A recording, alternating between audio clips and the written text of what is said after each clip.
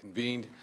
I want to welcome you all today, and I want to also welcome the members of the Rules Committee, as well as Madam Vice Chair, Ms. Fuller. We have a busy schedule here today before us, but before we start, why don't we establish a quorum? Madam Secretary, please call the roll. Senators Canella? Here. Canella here. Leyva? Leyva here. Mitchell? Here. Mitchell here. Fuller? Here. Fuller here. DeLeon? Here. DeLeon here. Okay, we've established a quorum. Why don't we get to bill referrals right now? I think we folks have gone through the bill referrals already. Can I get a motion? So moved. We have a motion by Ms. Mitchell. Madam Secretary, please call the roll. Senators Canella? Aye. Canella aye. Leyva? Aye. Leyva aye. Mitchell? Aye. Mitchell aye. Fuller? Aye. Fuller aye. DeLeon? Aye. DeLeon aye. Okay, we have moved a batch of bills on a 5-0 vote. We're going to go to file item number 2, which are the appointees from the governor for the Board of Governors of the Community College System of California. If I can have Mr. Arnoldo Avalos, Mr. Scott Budnick, Tom Epstein, Cecilia Estolano, as well as Colonel Nancy Sumner. You can be so kind enough to come up. I think your name tag's already there. Yes.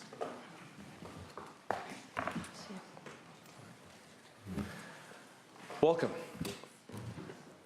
We have a full house here today, and why don't we quickly, if you can give us a quick synopsis, we'll start with you, Mr. Avalos. If there's any folks that have come here on your behalf, if you want to introduce anyone, please do so. I don't have anyone today. Okay, that's quite okay. Mr. Budnick, okay. You guys are very lonely people. Okay, that's okay. The women are not. There you go, there we go. As always the case. You will die old and by yourself. I've been told that on several occasions. All right. Mr. President, I'd like to recognize my wonderful wife, Catherine Perez Estolano, in the audience. Good afternoon. And Mr. President, I'd like to recognize my partner, Kathy Arkfeld. Welcome, welcome, fantastic. Welcome to both of you. So, obviously we have 5 appointments from the governor that are before us today. Obviously, the Community College District in California is the largest in the nation with 72 districts, 112 college, I think roughly about 2.9 million students. It is the premier community college system in the country, and especially today in 2015, obviously, with so much happening in higher education and with the economy growing in California, thank goodness, you know, coming off the heels of the worst economic recession since 1929, I think the community college system in California is in a perfect position to help this economy to continue to grow, particularly those who have been marginalized socioeconomically in California.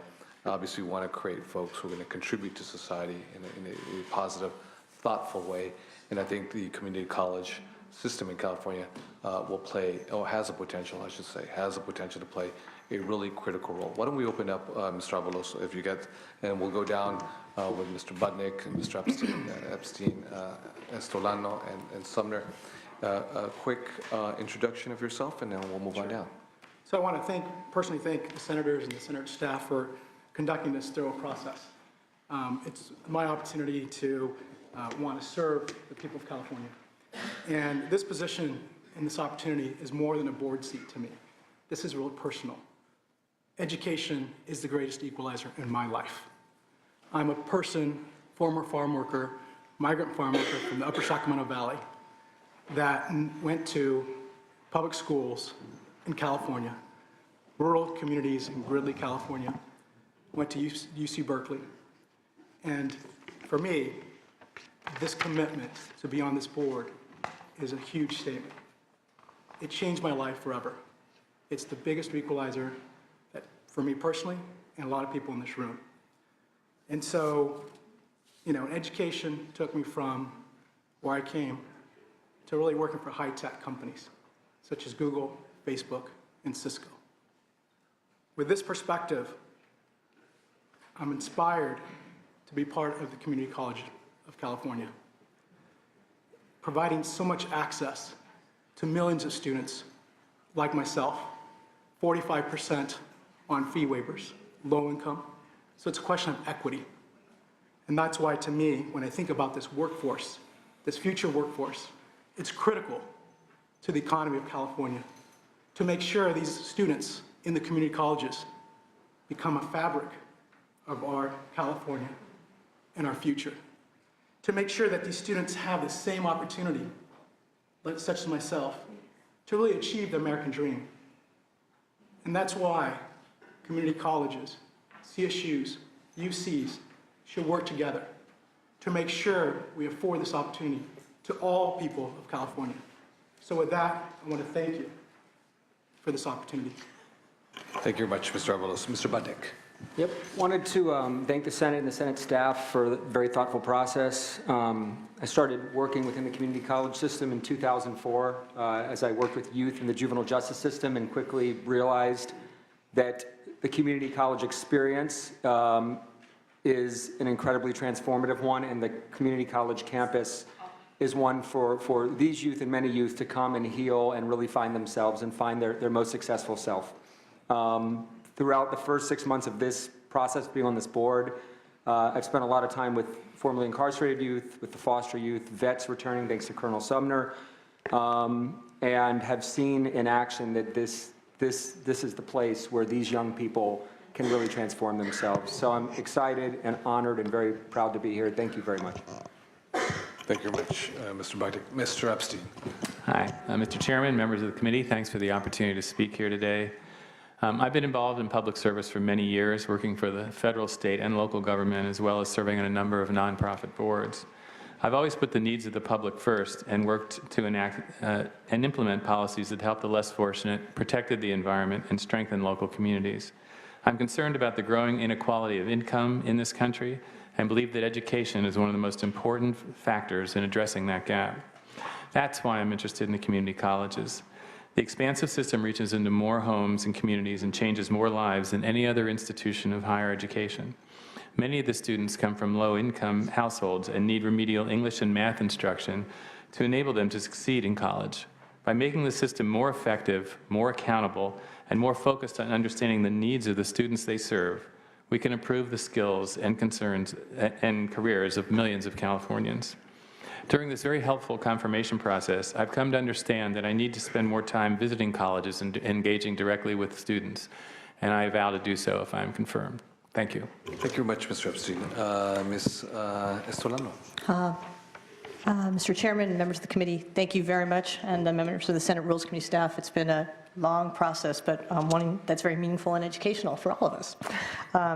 So I want to thank you for your consideration. I want to thank the governor for the appointment and the opportunity to serve. But most of all, I want to thank my mother, Gloria Estolano, who is a long-time, part-time faculty member teaching Spanish in community colleges all throughout Los Angeles. So I got to see it from that perspective from a pretty young age. I am a California native. My father was an aerospace worker in Southern California. My mother was a stay-at-home mom until she was 40 when she went back to school and proceeded to get her bachelor's and then went on to receive 2 master's degrees, all because of the public education system in the state of California. I'm the product of primary and secondary public education that sent me off to Harvard as an undergrad, and I have 2 graduate degrees from UCLA and from UC Berkeley. So don't hold it against me, but I am a lawyer as well as an urban planner. So I have spent most of my public policy career working on equity and access issues, and that's why for me, this is such a tremendous opportunity and such a great honor. I have not been an educator, but education has been critical for my success. And I get an opportunity to take all the things I know about economic development and equity and access and put it into contributing to what is really the backbone of the workforce development system for this state and the single greatest portal for higher education for working people in not just California, but actually the United States. We have the largest system, as the President Pro Tem mentioned. So for me, it's a great honor. I would very much love to continue serving. I, like everyone else on this panel, has learned so much in the last 6 or 7 months that we've been serving together. I will tell you the three things I want to focus on if you are kind enough to confirm me. First, I really want to work on career technical education and workforce development. I believe we should have the most flexible, nimble, and responsive system in the United States, and we can do that, but it's going to take some institutional change, and if you give me a chance, I will work very hard on that full-time. Second, I want to have meaningful expansion of access, and access just isn't creating more slots. It's meaning that kids and adults can get out of the system in a reasonable time, can get access to top-flight remedial skills class that advance them through the system efficiently, not just to save taxpayers money, but to give them hope of a great job at the end of the line. And third, I want to make sure we accelerate our transfer program, not just to a few schools, not just to a few Cal States, but also to the University of California's. All campuses, all of the campuses should be taking these amazing students that are coming out of the community colleges up and down the state. So those are three issues that I'm focused on. I have another, I'm just going to put it right in there. I also think we should be teaching people about their responsibilities and their opportunities to participate in democracy. With 2.1 million students, we can really change the way that democracy works in this state if we infuse that into their education. Thank you for consideration. Thank you very much. Colonel. Thank you, Mr. President. Thank you, staff. Thank you, Chancellor's Office. We would not be here today if we did not have the support. And one thing in the military you learn, you need to have support of your staff. I'm honored to be here. I never thought I would continue to serve my state after serving 31 years in the military. My mother and my father, I would also really like to reach out and thank them. And Kathy, my partner, education has been at the forefront of my family. I have educators in my family. I came up through the, back then it was junior college system, and when you look at where we were then, I don't want to talk about my age, to where we are now, but to be so honored when I go out to the site visits and see these colleges now, I'm proud to be a part of this process and a part of this program. Being a veteran for 31 years, I saw a lot. California has now 32 bases and we're cutting them down. We have veterans. We have one of the largest number of veterans. We have Fresno has multiple bases out there. We have unbelievable veterans out there that have needs and desires. But it's not only about veterans for me, it's about the community getting involved. And I want to bring it down to simple back to the libraries again, because I think the libraries are so important with getting education out there. Just to be a part of this, being a nurse, I work with students at the community college level. I've been a nurse for 37 years. So I'm a mentor to them. I am about empowering them and just treating them as an equal, which is really important when you work your way up from being like a lowly airman in the military or from a CNA and going to the community colleges and just working your way up the ranks. It's not easy, especially being a woman. Sometimes it's challenging, but we have to pull together as a team, and that's the only way we're going to make a difference in our community colleges. This is a new family to me. In the military, it's about family. It's about sticking together, and sometimes you may not always agree, but it's about discussion and the education and the opportunities that are out there on the websites with the IT out there, from the bachelor's degree, from the CTEs, it's unbelievable. And we get the information fed to us. I have learned more about education in the last 6 months of my life than I ever thought I would. But because of that, I'm honored to be here and represent not only the veterans, but to reach out to the communities at a local level and just to be a part of this extended family. So thank you for the opportunity. No, thank you. Thank you so very much, Ms. Sumner. So one quick comment. I love the diversity of the appointments the governor has made. I love the diversity. There's no question that in my mind that you are all very capable. But let's take that a step further. And I'm going to open up with this question, and then we're going to open up for questions from my colleagues on the committee. Individually, as individuals, I know Ms. Estolano sort of kind of went down that road already, but individually, as potential members, prospective members of the Board of Governors of the Community College District, what are your priorities or priority going to be, especially with the backdrop when we heard about CTE, we heard about college transfers, whether it's a UC or Cal State, we heard about, to some degree, remedial classes, made reference to the nation's largest community college system, also the nation's largest, perhaps the world's largest prison system in population too. And I know Mr. Budnick has a really keen interest, obviously, in the passion with regards to recidivism and rehabilitation and getting folks to be productive in society. So give us, what your priorities are as individual prospective board members of the Board of Governors of the community college system. We'll start with you, Mr. Avalos. So I have 2 points I'd like to elaborate. One, coming from high tech. So most of my career has been in high tech. And so I've really seen the quality of using technology to leverage and to scale. And when we talk about community colleges, we have 2 million students in the state of California who attend the community colleges. That is scale, right? That's a lot of people. And the question is, do we have the technology, and can we get the technology to help them leverage so we can actually put them through the process faster, right? So they can get the classes that they need. For example, when I was at Saddleback, I made a tour down to Saddleback College.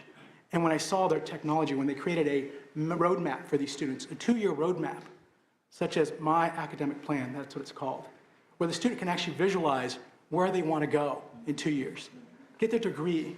If they want to go to Sac State and be accounting, what's your path to get there?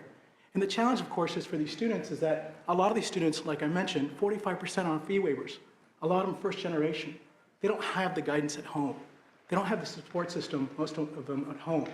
So when you put these technologies in front of them, it provides that clear roadmap of here you are. That's where you want to go. Let me help you get there. I'd love to think about doing something like that in scale. Why is it only in one community college? Why don't we have it in others? So technology is very important to me. That's one piece. The other thing that's really important to me, when I was in high tech, I spent a lot of time in recruiting and hiring. And so it's really important to make sure that in today's environment, we're educating students that are going to be in relevant positions in the future. Meaning so that we're actually educating what we need, the million people, the million jobs that are available out in the future. Do we have the right degrees in place? Are we really thinking about what is our future workforce requirements? Are we really partnering with work development councils? Are we working regionally to find out what are those challenges and how do community colleges fit in to be the solution? And that's really the 2 items I really want to talk about, and the 2 items I think that can really make a difference for our students. Thank you. So I think probably the main issue that I really want to focus on are our transfer rates and our completion rates. I feel more comfortable about access these days, but less comfortable that we're actually, once people are getting in, that they're actually completing whatever their dream was or whatever their path was. And I've been seeing that it was issues of life getting in the way of their pushing their academics forward. And as you look at the Student Success Task Force, it addresses great things as it relates to the campus and the academics on the campus, but it doesn't relate or address issues that life throws in your way. And I mean, I think hugely housing. In the LA Community College District, there's not one dorm or ability to live in a safe place. If your home environment's brutal, we know you're probably not going to complete and not going to transfer, and there's no real alternative to that. Along the same lines, transportation, childcare, job training, being able to have a part-time or full-time job while you're going to school so you can support your family or even just support yourself.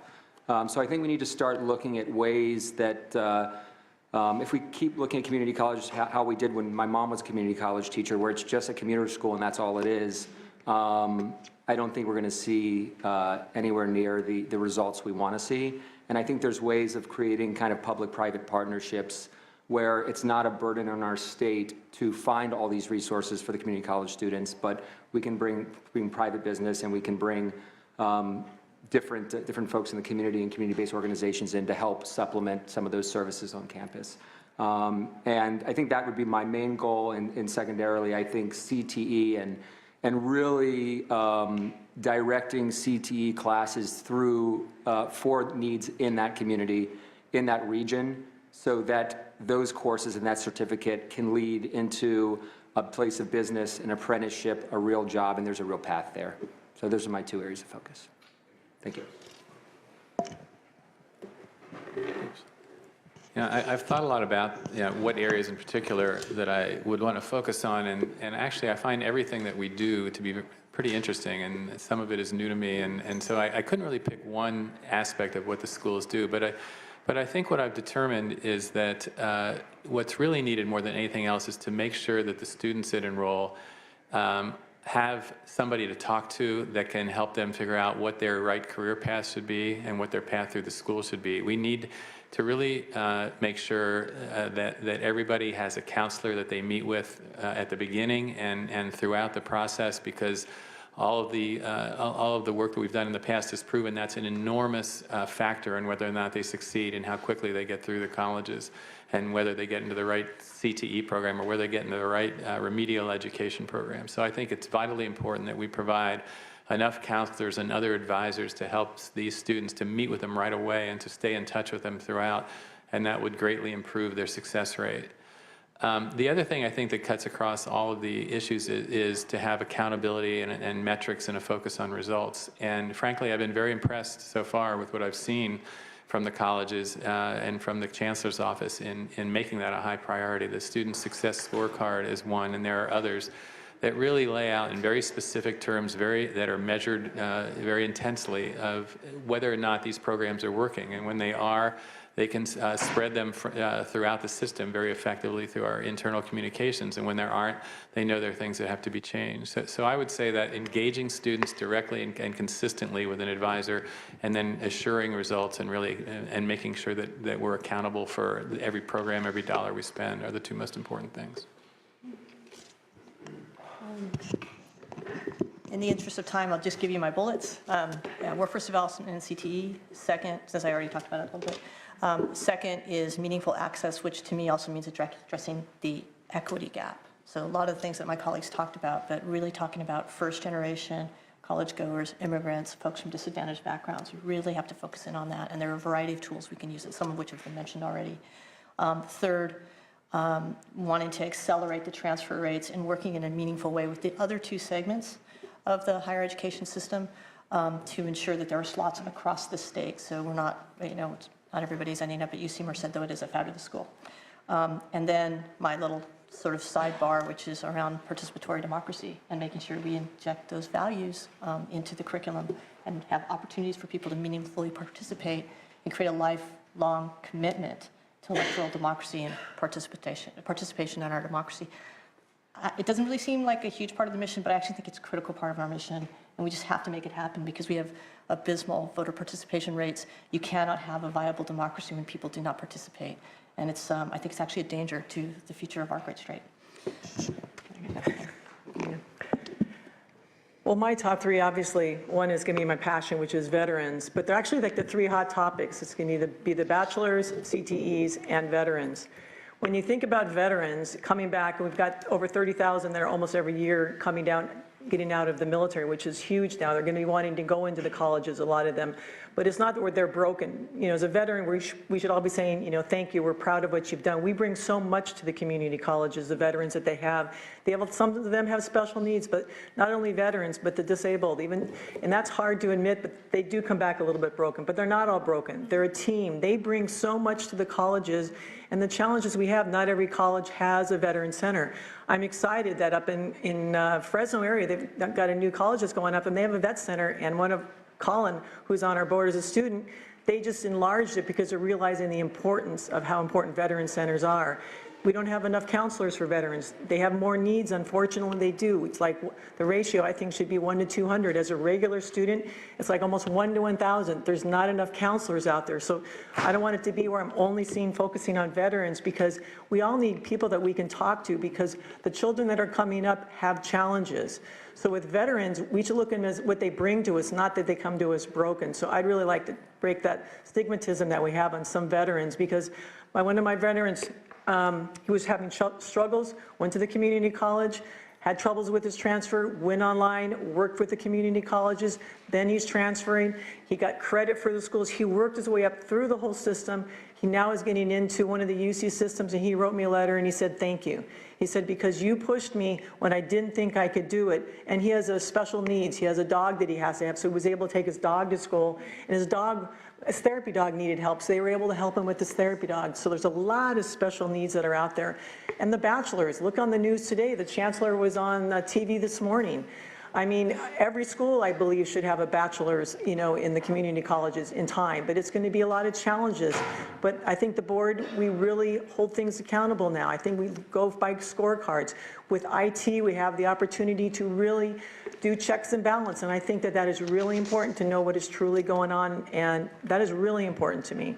And then the other one would be as far as with the workforce. I mean, if we don't have our communities involved, and we don't identify what the needs are, where our communities are, whatever it's rural or, from Beverly Hills to, agricultural area, we all have special needs in those areas, and we need to find jobs for these children. And so if it's a technological job, not all people need to have degrees. So I'm just really looking forward to just being here, being a part of this team, and to be that voice, and also be the voice of the veterans, and go out, as I've gone out to some of the schools, and I'm just really proud to be a part of the system. Thank you very much, Ms. Sumner, and thank you very much for answering the question. We're going to open up now to the committee for questions, and why don't we start with Senator Mitchell. Thank you very much, Senator De Leon. I want to thank you all for our lively conversation. I knew your face, and I didn't connect you from redevelopment until you said it, and I looked, I'm like, that's where I know her from. You should have said, yeah, she should have said, Senator Mitchell, it's me. It was too early in the morning, something. It's good to see you again. Great. We had a great discussion, a couple of very brief things. Mr. Budnick, as I listened to you, it occurred to me that there's also another issue, the flip side of that same coin, in terms of supportive services that the community colleges needs for their kids, for their students to be successful. The community colleges also are the entree point for many Californians to access critical entitlement services. And when you can't access a class, or in the instance, West LA College and many of the community colleges across the state in the last couple of years, when they shut down and didn't offer winter term or summer term, people lost access. So mothers and fathers lost their subsidized child care. Many lost and were sanctioned because they lost their CalWorks benefit because they weren't enrolled in a program. And so it's two-sided. So the community colleges also have to recognize that you are providing a critical training opportunity for the CalWorks population. And if they can't access a classroom, or if a term is canceled, tens of thousands of Californians lose those other support services. So I think that's critical for us all to be mindful of. Two quick questions, if I may, sir. It's always interesting to me, the appointment process is a very arduous process from the administration to the role the Rules Committee staff plays. But it's always interesting to me to ask people who have had the opportunity to serve on the board or commission what you think is missing in terms of skill set on the board to really kind of round out your experience. So everyone doesn't have to answer. We talked about this a little briefly, but I thought you had some great suggestions, so I hope that you would offer that. My second question follows off of Mr. Avalos's comment about the Saddleback project and how it's unfortunate that only one college has that great program. And so it goes back to your perception of your relationship as Community College Board of Governors with the locally elected community college boards, and how does that work in terms of your role and their role? So everybody doesn't have to answer both questions, but just give me your... Can I just have a point of clarification? On that Saddleback example, that's just the only location, one of the places I visited that had that. That has it, got it. There could be in other locations. Okay, but you get my point, that how do you function in relation to the local elected boards? So for example, that kind of information can be shared, Right. top down, bottom up. I agree, and I think that's really important from the perspective of best practices, right? I think, I think there's a lot of great things happening. I know, like our last board meeting, we had Bakersfield Community College come in and talk about a program called Making It Happen, where it's really focused on first-generation immigrant kids, mostly young folks. And it's taking direct wraparound services to make them successful. And so they're trying something unique at Bakersfield College that could be a model that can be used at other colleges. And that's really important to make sure that we look at those best practices and how do we bring them up. And so what role do you all then play in supporting? I think for us, for me specifically, my charter is to make sure that when I identify these programs, how do we bring them up? How do we, make sure that we have a best practices? I know we have an organizational effectiveness department within the Chancellor's office to make sure they understand that these are great programs that are happening. How do we make sure other programs are also being highlighted, because that will make a difference, right? So to me, that's my personal commitment to you all, that I want to make sure that we have, when we have best practices and out in the field meeting with community colleges, to make sure we are bringing those up to bear, so that we can have a more holistic approach on making a difference. So that's just a Anybody thought. else want to comment on the relationship between you and the local boards, or feel free to move on to the other question? Yeah, I think moving on to the other question in terms of gaps in expertise, I would just love to see more students on our board. Right now, we have one, and I think there's another that's about to be appointed. But specifically, having a young person who really struggled through the community college system but made it, to be able to kind of articulate that struggle, the things that worked, the things that didn't work, because they bring a whole level of expertise that none of us have.